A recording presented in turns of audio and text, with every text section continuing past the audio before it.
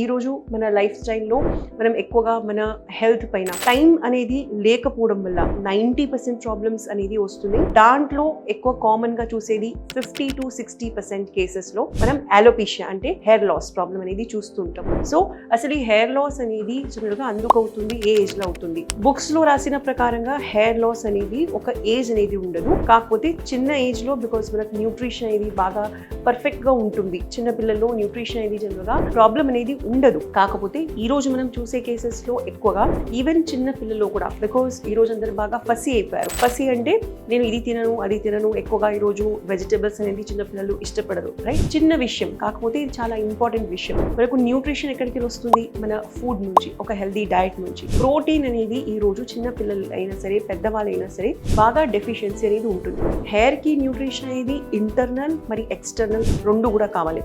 Internal అనేది మనకు food ద్వారా అనేది వస్తుంది.